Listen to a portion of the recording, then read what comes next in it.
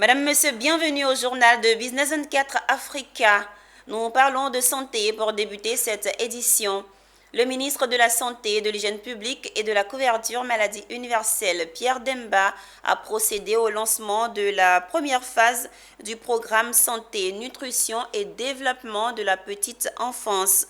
Accompagné des services chargés des programmes santé-nutrition de la Banque mondiale, ce programme vise à améliorer la qualité des soins, renforcer la disponibilité des services nutritionnels de base et de développement de la petite enfance. Le reportage est signé Walter Kofi et Doumbia Ayuba. Fin d'exécution du programme Spark Santé, début d'un nouveau projet, le programme Santé, Nutrition et Développement de la petite enfance. Objectif, accroître l'utilisation des services de qualité en matière de santé, de nutrition et de développement de la petite enfance, en particulier pour les femmes, les enfants et les populations économiquement faibles dans des régions cibles, avec un engagement de financement à hauteur de 800 millions de dollars.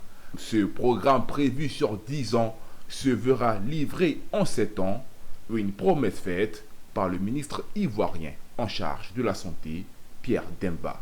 Grâce à l'appui de tous les partenaires, dont la Banque mondiale et de l'État, beaucoup a été fait.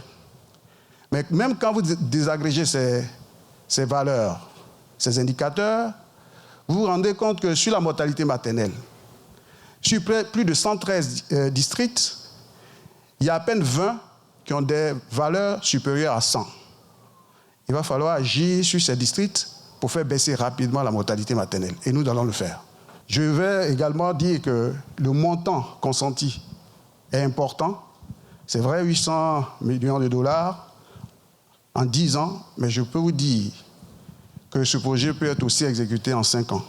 Le lancement du PSNDP a vu la présence du ministre de l'Emploi et de la Protection sociale, ainsi que celle de la directrice de la Banque mondiale pour la Côte d'Ivoire et le Bénin, partenaires clés de ce projet qui ont félicité les acteurs pour les progrès remarquables. Pour moi, quand je vois le SPAC, ça a été dit en beaucoup de choses, mais les 3 éléments que je retiens, monsieur le ministre, monsieur le coordinateur, c'est que, ça a mis, comme on a entendu, la femme et l'enfant au centre de ces actions. Et en faisant ça, la première chose, c'est que la mortalité infanto-juvénile a été baissée.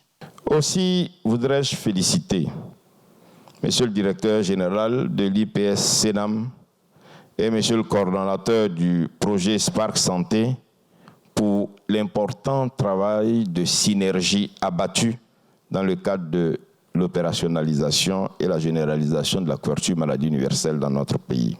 Notons que le PSNDP est entré en vigueur le 12 octobre 2023.